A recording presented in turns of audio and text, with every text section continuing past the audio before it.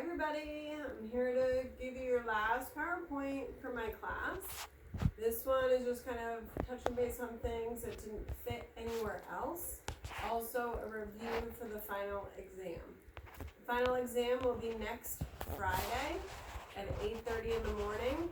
I figure we might as well get it done and get it over with, then you can focus on your other classes, and then you can focus on your essential skills for this class.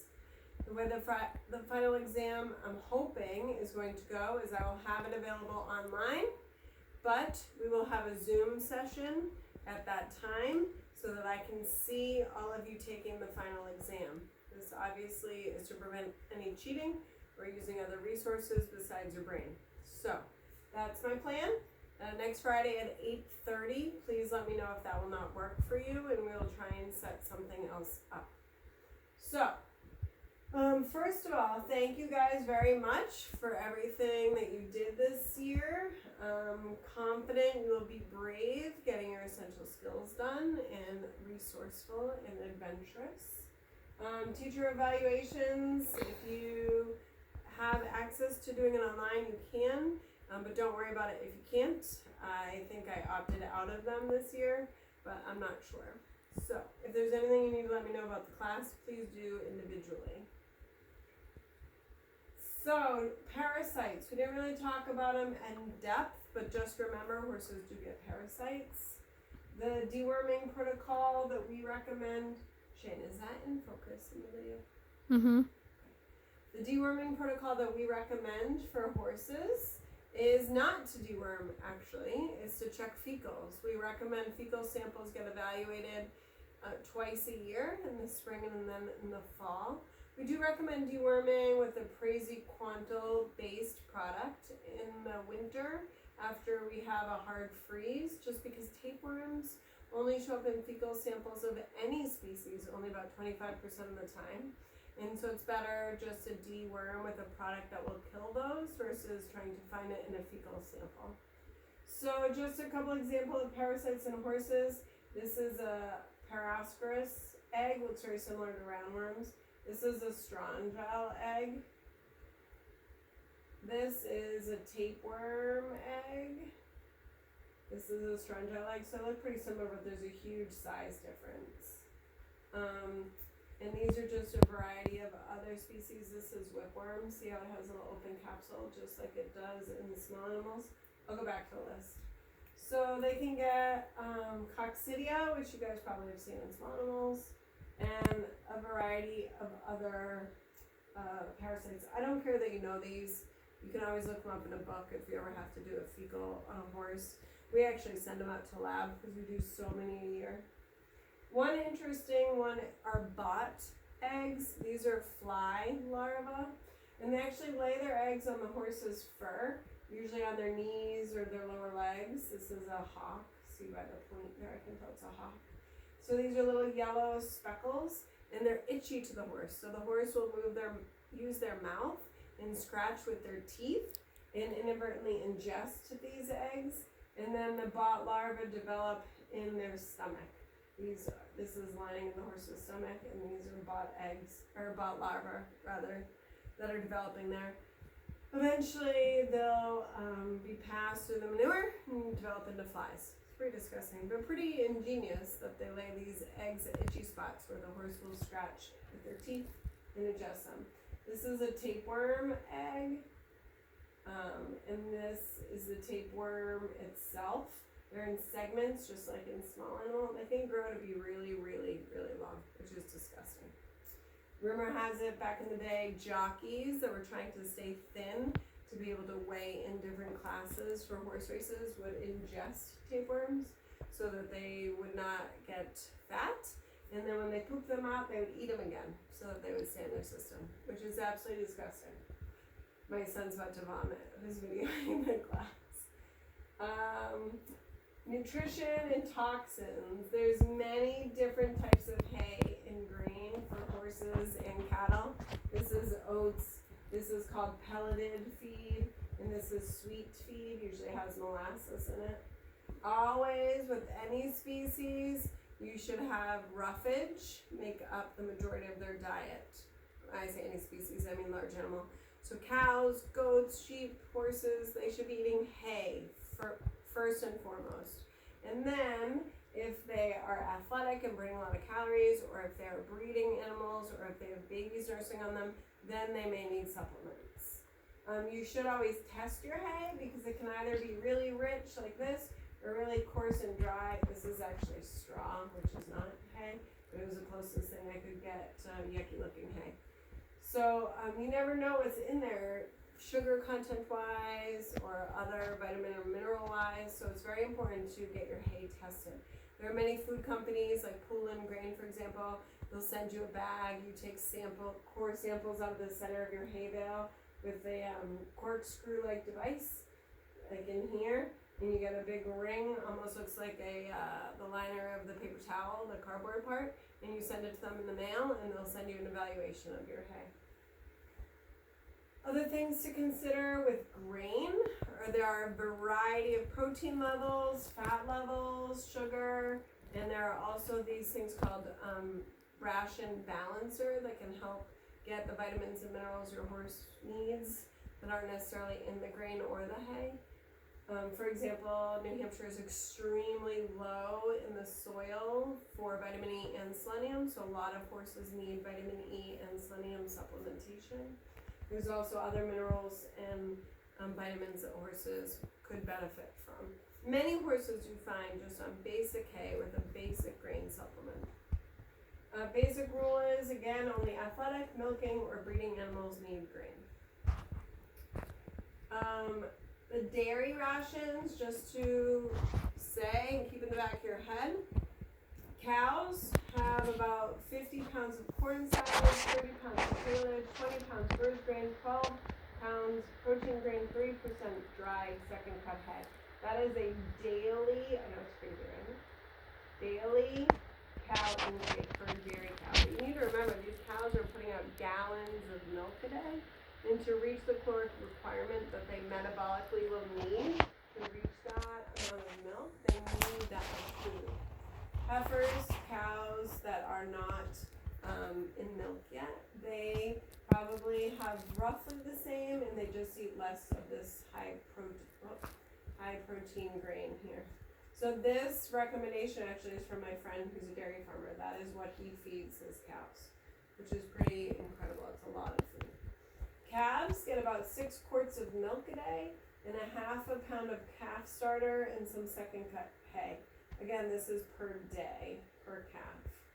And then beef, they get similar, just more fat in their grain, but a lot of beef cows are just kept out in field and pasture.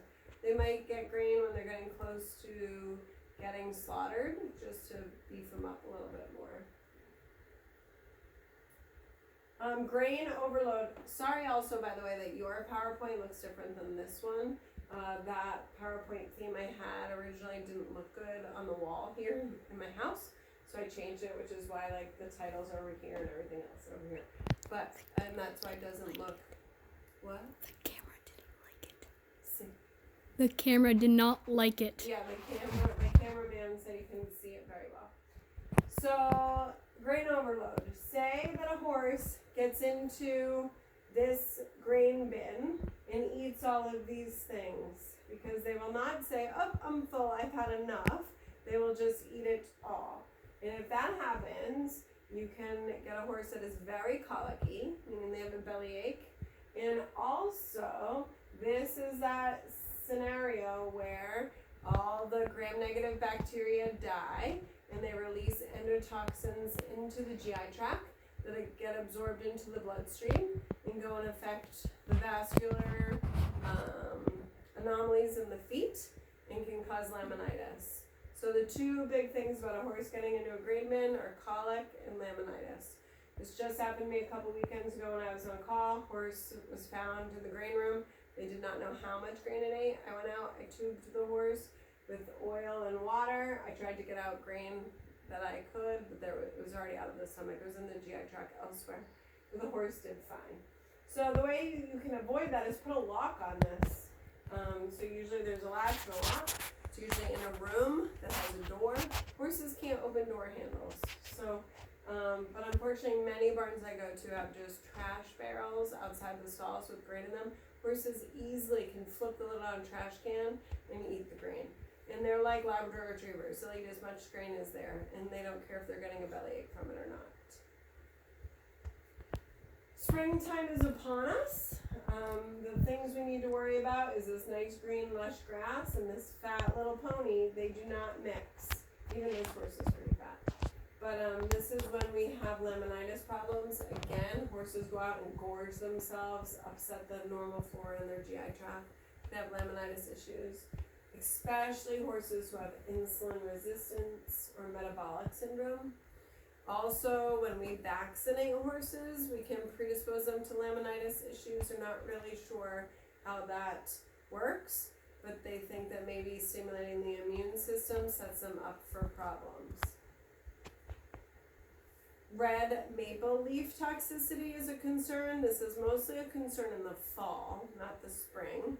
But now we're going to talk about a couple little toxin issues. So red maple toxicity, the leaves and the bark of red maple tree are toxic to horses. Horses will usually eat the dead leaves that have fallen on the ground because they're bored, or they'll chew on the bark, and it causes anemia. When that happens, horses look like they're colicking. Their heart rate's really high, their gum color's not that great. You go to give them an IV injection, and their blood looks like chocolate milk. You draw back on your plunger, instead of being red, it's this brown color, and that's because of the anemia. As soon as you do a basic CBC chemistry, you can tell that they have an anemia issue, and then if you look into it further, you find out that indeed they have red maples in their paddocks. Usually, if you just take the tree away, break the leaves away, they usually do okay. Sometimes they do need whole blood transfusions. So I had a horse that got transferred to its owner's property, a good client of mine, and she built this beautiful barn with these beautiful run-ins attached to the stalls. And right in the middle of these run-ins was a huge red maple tree. And she didn't realize it was a problem until that first fall. I went out one night for a supposed colic, and I drew blood on the horse. And before I even went back into the CBC, I could tell by the color of the blood that it was anemic, that it had this lysing of red blood cells causing the blood to look like chocolate milk. And indeed, it was very anemic. Shook the horse away, kept it locked up in the stall. She ended up having to have a professional tree cutter come. She had to take down all our fencing. She cut the tree down, put all the fencing back up, and she lost a bunch of nice shade because the tree was so big, but it wasn't worth the problems. So red maple trees are an issue for sure. Rhododendron toxicity is mostly a goat issue. So a lot of houses in New Hampshire have these beautiful big rhododendron bushes, and they're extremely toxic to goats. And so goats will get loose on the property, and they see this nice green leafy fun flowers to eat, and they'll eat it all, and then they actually start vomiting. And it's interesting because goats are ruminant, and so they do normally chew on their cud, but then to see a goat vomit is pretty impressive. It's disgusting. Sometimes if you take them away and you treat them with a probiotic and supportive care, you can get them through it. Unfortunately, if they have eaten enough, if they have enough GI upset, it can be a real issue. But we do get quite a few goats through it. Usually what happens is people call us and say, my goat got out and now it's vomiting and we have no idea why. And we ask if they have rhododendron bushes on their property, and they usually say yes, a ton, and the goat was eating them, and then we know what happened. Like I was saying a little while ago, vitamin E and selenium is a big problem in New Hampshire. Just called a client this morning to let her know that her horse was very low in vitamin E. She has been supplementing that horse, which is even more scary, because if she hadn't been supplementing it, God only knows what the vitamin E level would have been. So we do recommend checking vitamin E and selenium on horses, just so you know where you're at, and then we make recommendations based on that. We also recommend rechecking regularly, because not all vitamin E products are created equally. This one, for example, I know nothing about. There's a product called Elevate that's really good, and Smart Pack also makes a vitamin E product that's very good. All right, final exam review. So unfortunately, this is the biggest issue, right? 60% of your grade for this class comes from your essential skills. I am not grading you on the essential skills, I just want to know that you know how to do them. And so the videos that you will make and submit on Canvas will indicate to me that you know how to do them, and that's fine. And if you don't have an opportunity to get them done, we are trying to figure out when all this COVID stuff lessens, I won't say go away, the lessons, hopefully we'll be able to figure out a way to get it done if you can't. But if you can, download a video, or see if I'm available to Zoom, and I'll Zoom while you're doing it so I can give you direct feedback. But anyway, so 60% of your grade is from your essential skills, 20% of your grade is from your online quizzes, which you have all done excellent on, and 20% is on the final. You guys will do fine, especially if you focus on the next few slides. All of the final exam questions are coming from these next 3 slides. So figure out what you are not familiar with on these slides, and then that's what you should focus on. Also, you can go back to your quizzes and look at those, because I do use a lot of quiz questions on the final exam.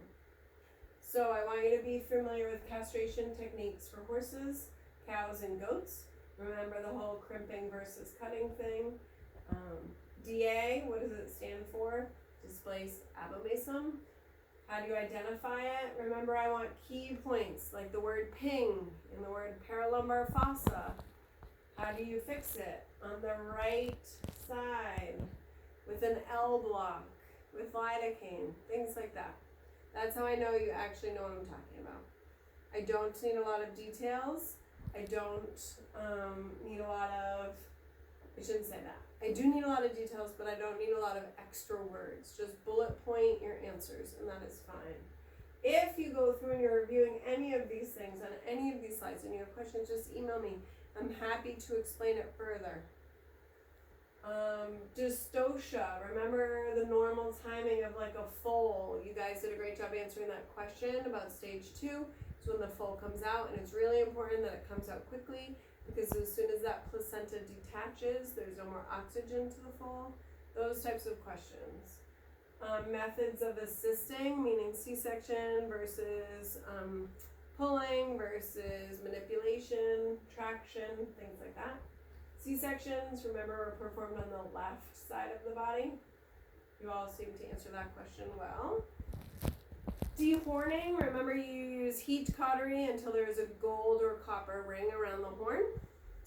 I do not block, you guys, a lot of you put the cornual nerve block down in the quiz. I don't do that, I just use the cautery. Prolapsed organs, how to repair. One of the lectures you looked at on your own was talking about tails being cut too short. Remember, that can cause rectal prolapsing. If you do have a rectal prolapse, you can use a purse string to tuck it back in. Vaginal prolapse, you can use a purse string or a paddle or a pin. The pin is my preferred method in cattle.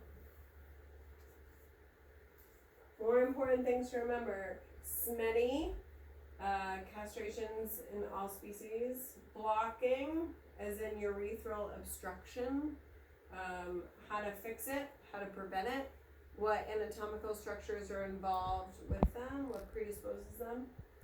Bloating, remember you do an oral gastric tube if you ever think an animal is bloated. Colic, lameness, down, sound, remember the sound leg is the one that wants to bear all the weight, so their head goes down. The boo-boo leg goes and their head goes up because they're trying to get the leg off, the weight off the sore leg. So their head goes down on their good leg. So down, sound, up, ow. Navicular disease, treatments for it, how you diagnose it. Laminitis is a big one. Remember the deep digital flexor tendon and the lamina are in a chronic state of tug of war. And with laminitis, the lamina let go and the deep digital flexor tendon can win, causing rotation of the coffin bone, which is the unfortunate sequela of laminitis, because if there is enough rotation, often the horse needs to be euthanized.